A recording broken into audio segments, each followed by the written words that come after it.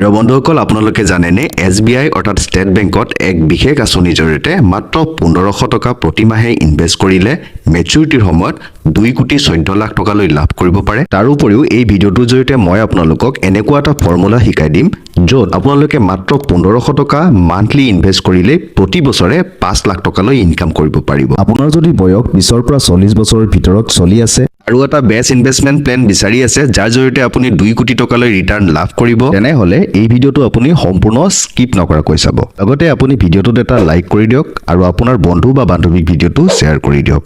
আৰু যদিহে প্ৰথমবাৰৰ বাবে আপুনি মোৰ চেনেলটোত ভিডিঅ' চাই আছে তেনেহ'লে চেনেলটো ছাবস্ক্ৰাইব কৰি দিবলৈ একেবাৰে নাপাহৰিব। বন্ধুসকল আপোনালোকে নিশ্চয় জানে SBI অৰ্থাৎ ষ্টেট বেংক অফ ইণ্ডিয়া ভাৰতৰ এটা বিশ্বাসযোগ্য পাব্লিক কমাৰ্চিয়েল বেংক, য'ত আপুনি বিভিন্ন ধৰণৰ ডিপজিট স্কিমৰ উপৰিও মিউচুৱেল ফাণ্ডৰো প্লেন লাভ কৰিব। SBI অৰ্থাৎ ষ্টেট বেংকত বৰ্তমান সময়ত আটাইতকৈ বেছি ট্ৰেণ্ডিং হৈ থকা মিউচুৱেল ফাণ্ডৰ প্লেনটো হৈছে SBI Magnum Midcap fund plan. বন্ধুসকল এই প্লেনটো হৈছে এটা ডাইৰেক্ট গ্ৰোথ প্লেন। এই প্লেনটো যেতিয়াৰ পৰা ষ্টাৰ্ট হৈছে অল টাইম ৰিটাৰ্ণ হৈছে 20.22%। লাষ্ট 5 ইয়াৰ্ছত ইয়াৰ ৰিটাৰ্ণ হৈছে 23.28%। তাৰ উপৰিও লাষ্ট 3 ইয়াৰ্ছত ইয়াৰ ৰিটাৰ্ণ হৈছে 30.01% আৰু যোৱা 1 বছৰত ইয়াৰ ৰিটাৰ্ণ হৈছে 27.61%। অৰ্থাৎ আপোনালোকে গম পালে এই স্কিমৰ অভাৰঅল ৰিটাৰ্ণ 20+। এই স্কিমৰ বৰ্তমান NAV প্ৰাইচ চলি আছে মাত্ৰ 209 টকা। এই স্কিমৰ ৰেটিং পইণ্ট হৈছে 5 ষ্টাৰ। লগতে ফাণ্ড চাইজ অৰ্থাৎ এই মেগনাম মিডকেপ ফাণ্ড প্লেনত এতিয়ালৈকে 13,202 কৰোৰ টকালৈ ইনভেষ্ট কৰা হৈছে। এই স্কিমত আপুনি মিনিমাম 500 টকাৰ পৰা SIP আৰম্ভ কৰিব পাৰিব।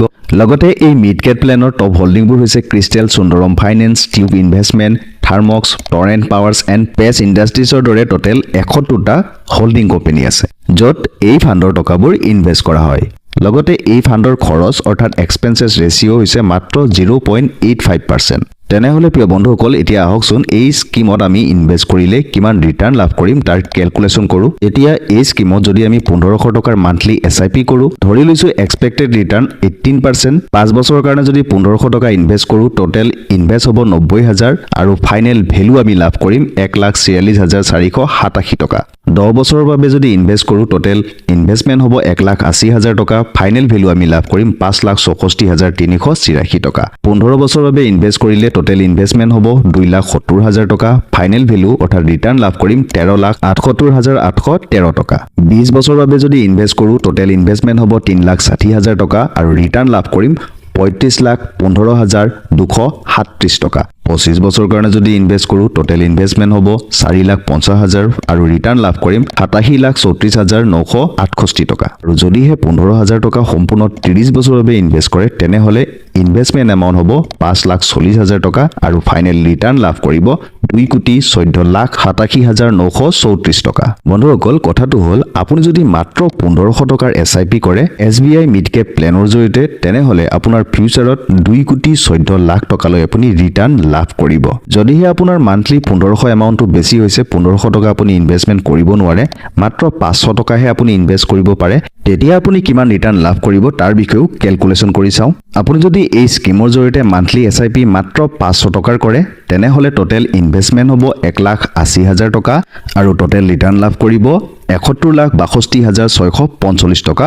টাইম পিৰিয়ড হৈছে 30 ইয়াৰ্ছ। এক্সপেক্টেড ৰিটাৰ্ণ আমি ধৰি লৈছোঁ 18%। বন্ধুসকল এই স্কিমটোৰ জৰিয়তে আপুনি যদি মাত্ৰ 500 টকা ইনভেষ্ট কৰিয়ে 71 লাখ টকালৈ ইনকাম কৰিব পাৰে তেনেহ'লে নিয়াৰ ফিউচাৰত আপুনি এটা নতুন ঘৰ বনাব পাৰিব বা আপুনি যদি বিচাৰে তেনেহ'লে এটা ডাঙৰ ব্যৱসায়ো কৰিব পাৰিব।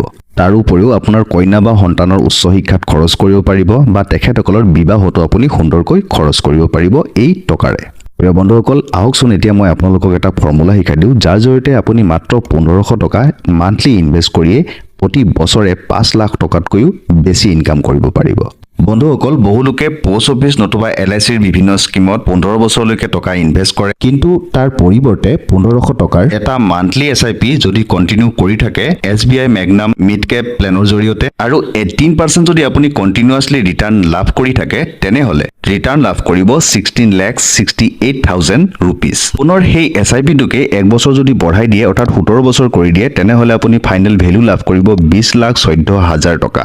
18 বছৰলৈকে যদি বঢ়াই দিয়ে ফাইনেল ভ্যালু আপুনি লাভ কৰিব 24,28,000 টকা ঠিক তেনেদৰে 19 বছৰলৈকে যদি বঢ়াই দিয়ে তেনেহলে ৰিটাৰ্ণ লাভ কৰিব 29,23,000 টকা 20 বছৰলৈকে যদি বঢ়াই দিয়ে তেনেহলে লাভ কৰিব 35,15,000 টকা এনেদৰে 5 লাখ কৈ মিনিমাম বাঢ়ি গৈ থাকিব প্ৰতি বছৰে অৰ্থাৎ কথাটো হ'ল আপুনি যদি এটা এছআইপি কৰে 15 বছৰলৈকে সেই এছআইপি টোকে যদি এক বছৰ কৰি আপুনি বঢ়াই গৈ থাকে তেনেহলে প্ৰতি বছৰে 4 লাখৰ পৰা 5 লাখ টকালৈ আপোনাৰ ইনক্ৰিজ হৈ থাকিব অৰ্থাৎ আপুনি প্ৰতি বছৰে 5 লাখ টকাকৈ ইনকাম কৰি থাকিব পাৰিব তেনেহলে প্ৰিয় বন্ধুসকল এতিয়া জানো হওক এই SBI মিউচুৱেল ফাণ্ডত ইনভেষ্ট কৰাটো কিহৰ কাৰণে বেষ্ট হয় এক নম্বৰটো হৈছে বৰ্তমান সময়ত SBI মিউচুৱেল ফাণ্ড ভাৰতবৰ্ষত নম্বৰ 1 ৰেংকত আছে তাৰ উপৰিও ইয়াৰ AUM অৰ্থাৎ এছেট আন্ডাৰ মেনেজমেন্ট সাইজ হৈছে 8,21,488 কৰোৰ টকা প্ৰিয় বন্ধুসকল মই এইখিনিতে আপোনালোকক এটা কথা কৈ থৈ দিব বিচাৰিছো আপুনি যদি পোন প্ৰথমবাৰৰ বাবে